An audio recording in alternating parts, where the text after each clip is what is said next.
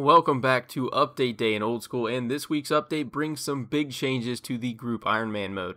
And to kick things off, we have the introduction of the new Unranked Group Ironman mode. Following today's update, you'll now be able to seamlessly transition your Group Ironman status to Unranked if you do choose to do so, and it basically allows you to have more flexibility in terms of swapping between teams. And obviously, as the name indicates, in return for this additional flexibility, unranked Group Ironman groups will be removed from the Group Ironman high scores, but your account will still appear individually on the regular ones. And be warned, once this change is made, you will no longer be able to revert your account back to a ranked Group Ironman account. It is a one-way street, so once you go to an unranked account, you can never go back. A quick few things to touch on: unranked groups cannot have prestige or hardcore status, and basically a group that invites an experienced player will become an unranked group, lose their prestige status, lose any trade restrictions within the group. They'll also lose their hardcore status if that's applicable, and they will be removed from the Group Ironman high scores along with every member of that group, but you will still be able to see your individual high scores as if you were a main account. And this new unranked group category will be available to choose immediately upon starting your group and making your account. And technically, you would be able to invite any type of Group Ironman provided that they are willing to become an unranked player. There are no trade or kill count restrictions or requirements for unranked groups, and they said they will give you sufficient warnings if you're about to join an unranked group or if your group is about to become one. So keep an eye out for these if you do decide to invite new players into your group. Now moving down through this week's update to some other Group Ironman improvements. And the first one we have is the topic of tradable untradables. So basically being able to trade items like fire capes or fighter torsos. And basically, just to make a long story a little bit shorter, this is still something they plan to offer and are currently working on. But at the same time, it's something that's going to require more development time and not something they can offer anytime in the coming weeks. This style of update is definitely going to take more development time, and as you could obviously imagine, there is potential for a ton of bugs to come out of something like this. So in the meantime, with their current technical capabilities, this update's going to be put on the shelf for the foreseeable future. But next up for improvements, a change that will actually come into effect with today's update is the prestige status on the high scores. Group prestige will now be available on the high scores, and you'll be able to see if a hardcore group has also run out of lives. Prestige groups are marked with a star, and losing prestige by any means will make the star disappear. And finally, on the topic of converting Ironman to unranked Group Ironman, they do feel is a reasonable request and something they will be working on in the coming weeks.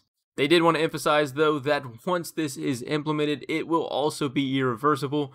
So if you do decide to transition your current Ironman account to an unranked Group Ironman, you will never be able to convert back to a regular Ironman account. And at the same time, if you already initially started as an unranked Group Ironman, you won't be able to transition to an Ironman regular account at any point.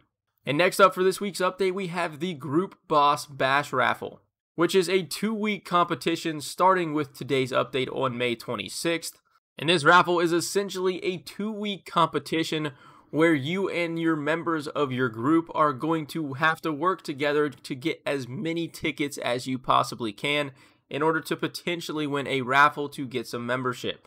As you can see, there's things like completing a tempura successful kill while achieving the reward permit threshold will reward you with 1 ticket score, and this is not a single player activity in comparison to something like killing the Cowfight Queen, but it does have to be a solo activity, will reward you with 2 tickets. Or something along the lines for the even more experienced players are completing things like Chambers of Xeric.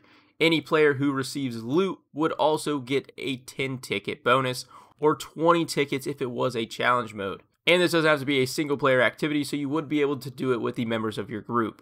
These tickets have no in-game value, they cannot be traded, and are only available for the duration of this raffle.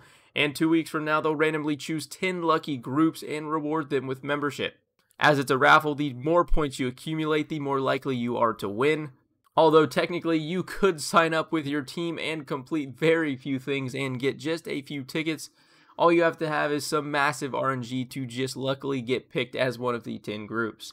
But in order to participate, you will have to register your group for the challenge. They said though it will be very simple and happens all in game. Group Ironman will now see a new interface on the Group Ironman settings, which shows information about raffles. So if you don't feel like joining, the leave button will exempt your group from the draw and prevent them from joining it again.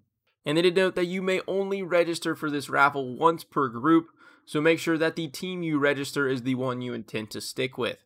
After the 2-week raffle ends, they'll select 10 winning groups.